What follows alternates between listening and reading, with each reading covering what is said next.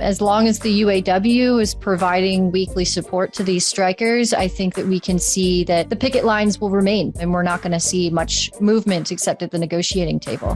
Which side are you on? Which side are you on? Mel Buer is now the associate editor at The Real News Network. She's got a fancy, smancy editing gig, and she joins a little union talk radio program in Alabama. We appreciate your time, Mel Buer. Thank you. Hi.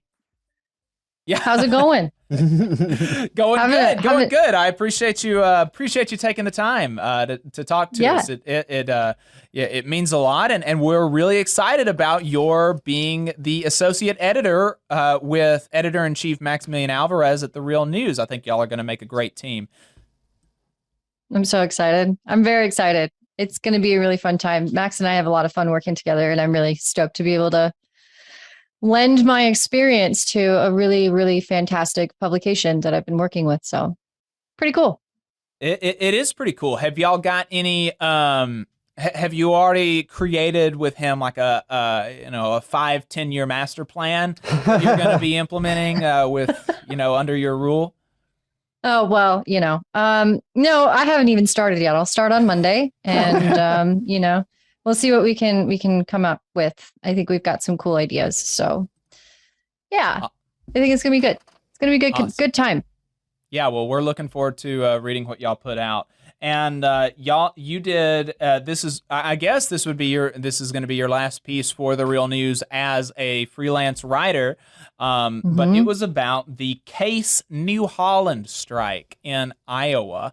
Yep. So, can you give us some of the background about this strike? Case New Holland, what do these workers do? What does the company make? And what is the strike about? So Case New Holland is an industrial manufacturing plant that is like the biggest competitor to John Deere. So they make industrial agricultural equipment and contracting equipment, so bulldozers and things like that. The two plants that are currently on strike are in Racine, Wisconsin, and Burlington, Iowa. They are represented by the UAW. They're one of two of three unionized plants within the company. And these two plants walked out on strike at the end of their contract on May 2nd. So they've been on strike since then, just finished their 20th week, heading into their 21st week on strike. Makes up about, I'd say about 1,000 workers between the two locations. And where I went was to Burlington, and this was back in July.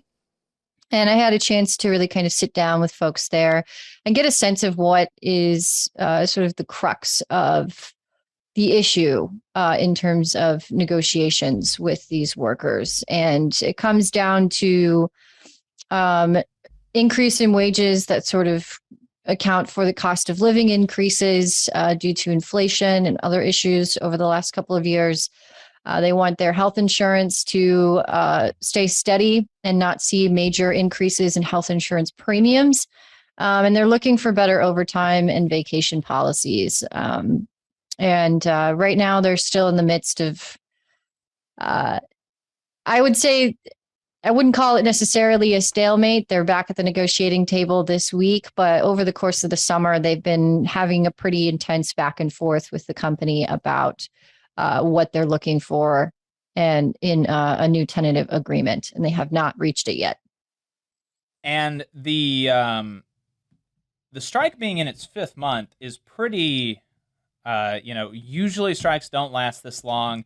And that's one of the reasons, or that's a big reason that we wanted to talk to you about this, because like the Warrior Met strike in Brookwood, the Case New Holland strike, it seems to be, and it could be because also like Warrior Met, this isn't 20,000, 10, 15,000 workers. This is 1,000 workers for one company, in Iowa. Is that a correct read, that there's just not a whole lot of media coverage about this strike? Well, there's certainly local coverage. So you're seeing a lot of state and local coverage, a lot of publications, both in Racine and in Burlington, are checking in and the picket line relatively often.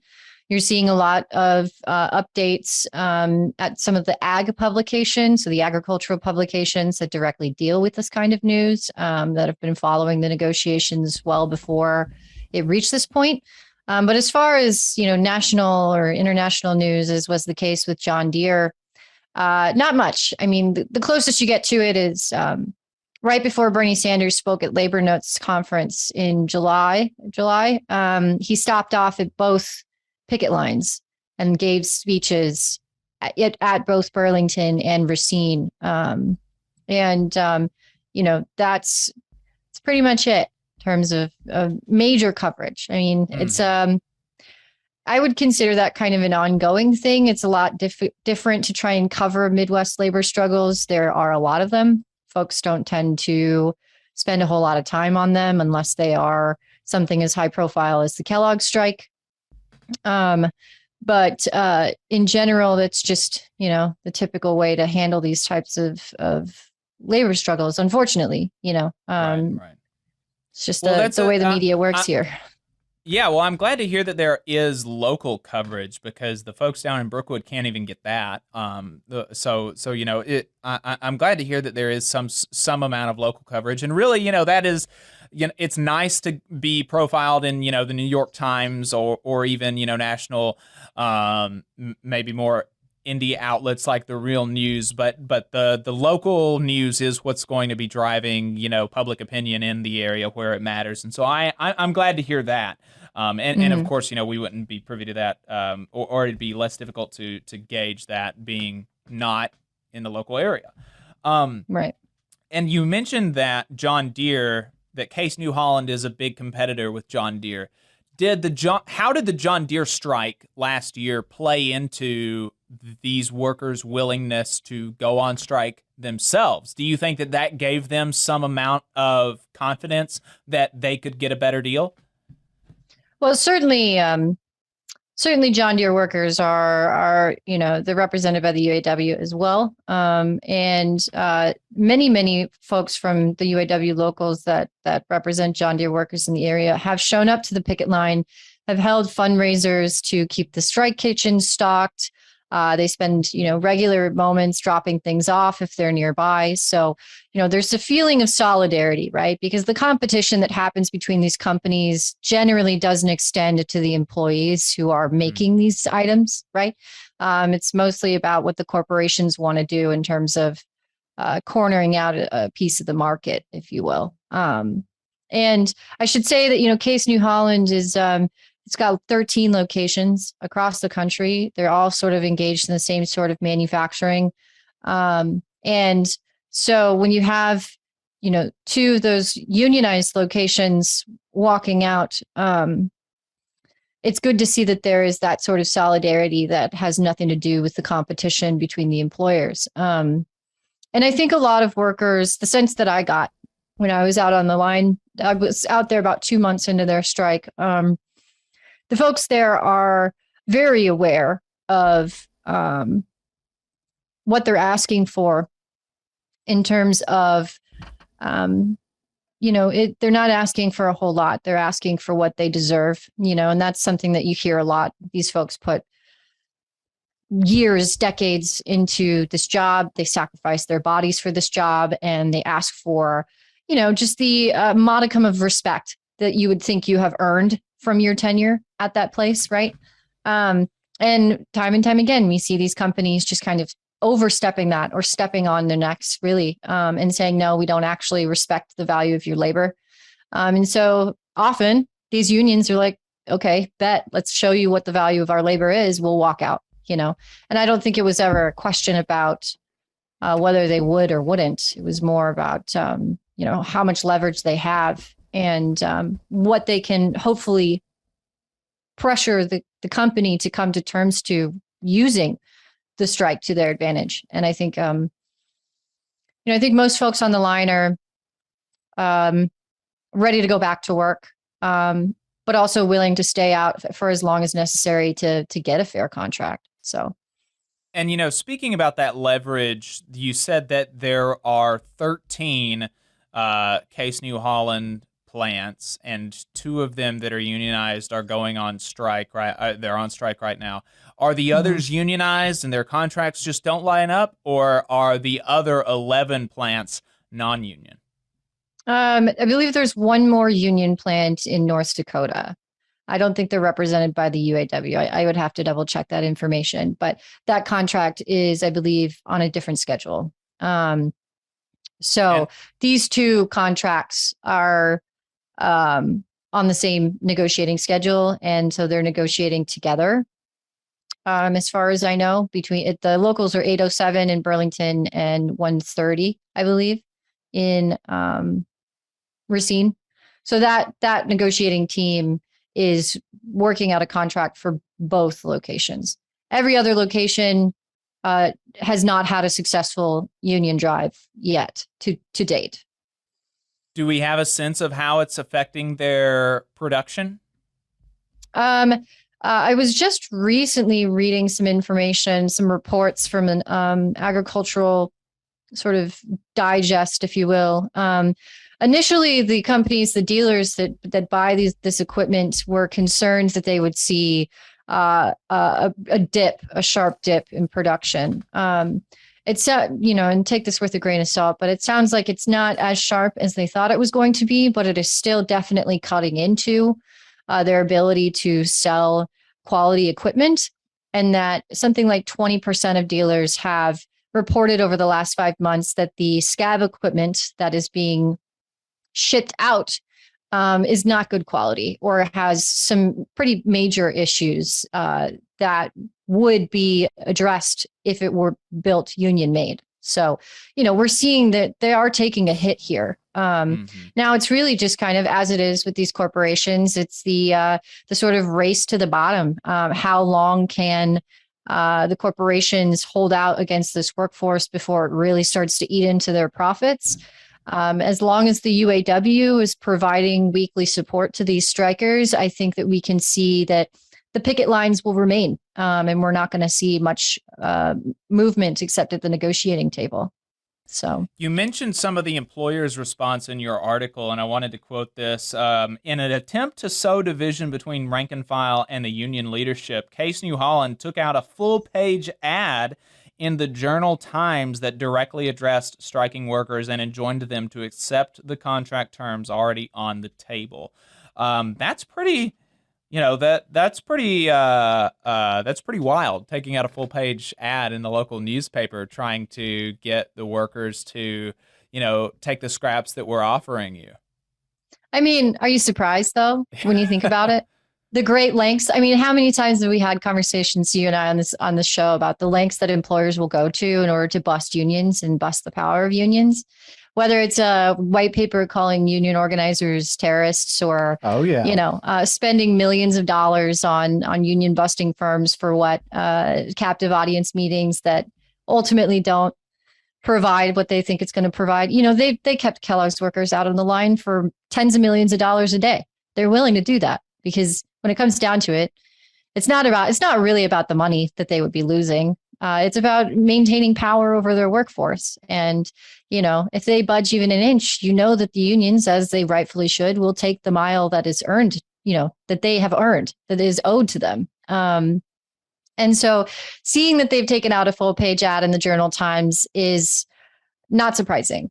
And I don't think, again, from the conversations that I've had with folks, it's not having its intended effect. If anything, the strike has sort of sewed up some of those divisions, right? Especially in Burlington, which is a company that has 2 different sides to its manufacturing. It's got an agricultural side and it's got a construction side. And those 2 sides didn't talk to each other until the strike happened. Those workers now know each other by name, by family member, right? They've been able to build solidarity out on the picket line in a way that they maybe have not had the chance to before. And that's really kind of given them the strength and the determination that is required in order to remain on the picket line. And, I think that's not something that the company particularly anticipated. And so they're not pulling any punches. They're doing their best, you know? Right. And so, you know, I was going to ask you about how the striking workers have responded to those attempts to sow division, but I think you already answered the question there, and it's that they are they're not allowing the company to divide them. And I think that we have seen in other strikes workers come together over you know, beyond some divisions that they might have had before, whether that be by, you know, department or race or gender. Being on strike, doing such a militant thing, I think it is inherently uniting, and you know, and it's good to see that they're able to withstand some of those efforts to divide them. Mm-hmm. I agree. You know, Yeah, I mean, and it, those are relationships that are forged in struggle, and that's a whole different type of relationship that is not easy to build. But what I think once it's there, can be incredibly powerful, and there's a lot of potential there. And mhm. that's what I certainly hope to see in this case. That as they come together and as they're unifying against the company's attacks, that they discover that they're way more powerful than they ever thought, and that they have more in common than they ever thought. And hopefully that can be leveraged into a very successful outcome for the strike. I agree. You know, and again, this has also brought in members of the community who maybe Mm-hmm. weren't aware of working conditions at the plant. You know, there are some case employees who spoke to me back in July who said that community members had always just referred to them as rich folks, right? You work at Case, you make a lot of money, you know. And when you hear the stories of these workers who are, you know, subject to pretty intense health insurance premium increases, you know, they're subject to the same bouts of inflation and injury and things that, you know, really cut into the wages that you take home every day, not to mention stagnant wages as well. They start to see, you know, the Facebook posts, and again, Burlington is a tight knit, small Iowa community. You know, it's a relatively sizable town, but it's still just a town, and everyone knows everyone. You know, and so it's really interesting to see how the community has sort of woken up to this particular struggle, and they've seen, you know, mixed reactions, as you do when you see this kind of action take place. But they've also seen, you know, sustained support from other businesses or, you know, individuals who are helping out at the strike kitchen, for example, or who are continuing to bring food to the picket line, right? And, you know, you also see some of the individuals who maybe have crossed the picket line to provide goods and services to the folks in the plant, the replacement workers and the like. And so folks take notice, right? And you start to kind of see how that sort of those lines get drawn within the community. And I think response writ large has been mostly positive and supportive. And I think most folks are really rooting for the workers to come out of this with a fair and equitable contract. So I saw in your article that there are local businesses that have signs that say "Proud Union Home," like those yard signs that say "Proud Union Home" in their windows, in their That's front really cool. windows for their business. And so that's a pretty interesting dynamic there, I think. yeah, when I showed up to Burlington, I was going, funnily enough, my train was delayed 10, 12 hours because of supply chain freight issues down the line. Yeah. And, you know, I showed up way too late to go to the picket line and ended up just checking into my little B&B and walking down to the city center. And I walked into one of those bars that had, you know, "Proud Union Home" sign in the window, and sat down with some of the folks who were just there to watch whatever baseball game was on. And most folks there are like, "Oh yeah, you know, I've lived here my whole life, and you know, I understand what it's like to fight bosses like this." And you can kind of you heard the conversations amongst folks who are, you know, ready to sort of like really kind of put their support at the forefront of their own businesses. And you know, it was interesting to see which bars had business and which bars didn't have business based on who had a sign in their window, you know? Wow. Fascinating. fascinating sort of cultural thing happening there. Yeah, interesting experience. And it was, it was as usual, really lovely to sit down and talk to workers for a weekend. So Not to get too off topic here, but something you just described, I think, is really interesting, and I think we're gonna maybe have to wrestle with more publicly, is that, if roughly 70% of people now support unions, according to the polls, um, even there in this small case, the bar's putting the union sign out front, obviously can help with customers, the union members themselves, but their families, their friends, anyone supporting the union, they're going to know that, okay, that's the bar I want to go to. And, I'm wondering, at what point do we see more like intra-capitalist competition where some start to lean into unions being popular, being popularly conceived as a good thing, because there was a time in this country where some companies did lean into the fact that they had union labor, or that they worked with other unions. And so, yeah, I'm just curious to see, that's a really small example, it rooted in a very, bitter local struggle. But as these struggles spread across the country and they get more publicity and it's clear whose side the people are on, I'm just wondering, at some point, some of these capitalists are going to like put two and two together and be like, you know what? We might actually even make more money or have better PR if we meet them halfway, or, recognize a union and then lean into that in our marketing. Or I'm just, just unfortunately, liberalism and neoliberalism in particular appropriates anything and everything, just the way they've appropriated racial justice as like a marketing technique. And I'm kind of waiting for the day that like workers' rights and unions become commodified in that way. well, certainly you do see this already. I mean, I'm sure that we could find many, many cases of corporations who are locked in like bitter struggles, union struggles, that ultimately union drives are successful. Then the companies can kind of bank on the fact that now their labor is producing union products with a nice cool union bug on it. You know what I mean? But the internal politics and the ways in which the corporations try to skirt those contract provisions, or, cut corners in ways where unions are just filing grievance after grievance after grievance. Those kind of things just you don't see that kind of fades Right. into the background. You think of like popular struggles like the Kellogg strike. Ultimately, the strike was ultimately something that you could consider to be successful. You're buying Kellogg's products with the union bug on them. It's made by union workers. But how many times do you think about what happens after a strike like that? How many workers have been retaliated against, as a result of their organizing activity, right? It's sort of this like seedy, not so nice piece that a lot of folks tend to just kind of gloss over when we think about major labor victories. And I think because we live in a capitalist society, and we, are subject to these sort of popular tides or trends, though I wouldn't call the labor movement that by any stretch of the imagination, right? It's not some sort of trend, hopefully, right?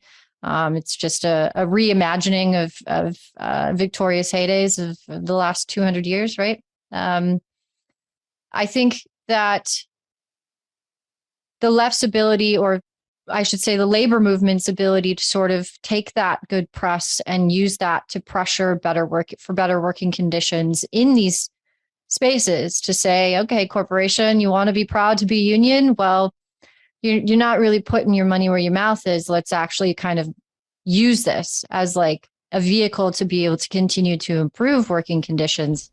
There's something to be said for that. Yeah. I think that's reflected in the wave of organizing we've seen at nonprofits and like quote unquote progressive institutions and companies, and even some of the labor struggles that we see within unions themselves with their own staff unions, of practicing what you preach. And it's been interesting to watch that play out as some of these organizations kind of can put their finger in the air, see which way the wind's blowing, and get things worked out pretty easily. And then others, the true colors come out. Right. As soon as the word union's mentioned, the true colors really come out. Mm-hmm. Well, and you also see this as well with the sort of reforms that you're seeing in some of the larger business unions, right? The industrial unions, like the UAW, right? Where you're seeing this newer generation of reform-minded rank and file workers going, practice what you preach here. Let's improve these conditions within our own union so that we are Right. better suited to engage in these very large, multi-million dollar sort of struggles against these billion-dollar corporations. If we really want to move forward and improve the lives of our membership, here's a way that we could maybe do that. And I think that as well is like a very interesting sort of more public sort of front that's opened up as we've sort of seen this happen over the last couple of years. Granted, I'm a new entrant to the labor reporting sort of game, right? I have a lot to learn, but this is just the sort of things that I've seen since I've sort of raised that personal consciousness in the last couple of years. And it's exciting to see, and there's a lot of really cool potential there. We got a lot of bosses on the back foot too. And I think they're freaking scared of what's going to happen in the next 5-10 years. So, yeah. I think it's fitting that you come after we talked to Dave Jameson and he went over that Littler Mendelson report where they are saying that basically they're admitting that they're worried. They see a new era of union energy and union organizing, and they're concerned about it. They would prefer you to hire them to handle it, but they recognize this moment, and it's been great to see internal union reform being put out into the popular consciousness. Like just in the last few months, I've actually had conversations with rank and file workers about, hey, did you know there are people trying to reshape the Teamsters? Did you know there are people inside UAW trying to make it a more democratic union, a stronger fighting union, bring back the heyday of the UAW? Those conversations are happening out here. And certainly more so than I can remember. And I think that's really, it's promising. It's promising, if this was all just from institutional labor and from executive directors and national presidents, and that would be one thing, but it really is a bottom up grassroots energy that's propelling these things, and I don't know how much you've seen of that in these particular strikes in Iowa, how much grassroots energy versus like the top down or headquarters support kind of thing, but that's what I'm seeing is there's a lot of bottom up energy being infused into the labor movement and kind of just manifesting in different ways. Certainly in the sort of limited struggles that I've had the privilege to kind of step into and tell stories about, the general consensus is that the rank and file are driving the organization of this, right?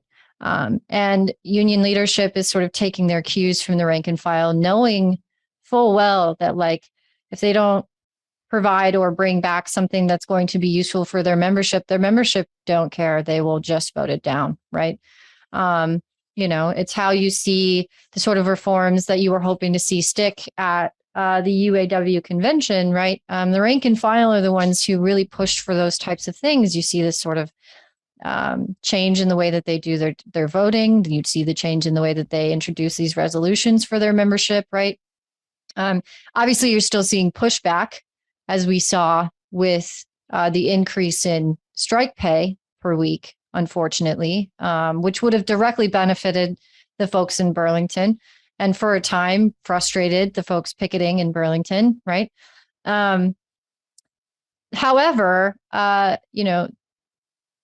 the idea here is that, rank and file membership are standing shoulder to shoulder and it's producing results, and it's an sort of empowering moment for these folks. And, you see a lot of folks who are finding that their participation in these types of labor actions is a galvanizing, sort of energizing force for them to continue to lend more time and energy to improving and participating in the wider labor movement outside of their own personal struggles at their Right. own workplace, Like they get a taste Um, of the struggle, and it just brings them all the way in to next thing you know, Mhm. they're at somebody else's strike. Right. Right. And that is fantastic. And it's very cool to see that happening on a wider scale, like Sean O'Brien showing up for and working with Amazon workers, right? And bringing the Teamsters into a sort of wider united front for pressuring Amazon executives to allow this union drives to continue. Stuff like that is exactly the sort of energy that we need as we go forward into what could be a pretty contentious sort of general election campaign year, Right. Mm-hmm. Yep. and the Good. potential for changes to really take place within the NLRB in a new administration, if that comes to that, right? Right. Even with the movement of the Biden administration, which I would consider to be sort of glacial in its pace to give more support to the wider labor movement. All of that is things to sort of think about and see how, the building of this national and international solidarity across unions is going to be crucial, Totally agree. William in the chat says, absolutely no one wants a business union cozy with the bosses or co-opted by the Democratic Party. Those days are over. We're going to build a radical bottom-up movement. Hell William, yeah. Amen. from your fingers to God's ears, Mel Buer, associate editor of the Real News Network. We appreciate your time. I appreciate it. Thank you so much. You just saw a clip from the Valley Labor Report. We are live every Saturday morning from 9:30 a.m. till 12:30 p.m. And we pride ourselves on keeping all of our content free to everybody so that we can talk to as many working folks as possible. If you support the work that we're doing, you think that it's important, you think that it's good, then consider making a monthly contribution to the project, and you can do that on our website, tvlr.fm.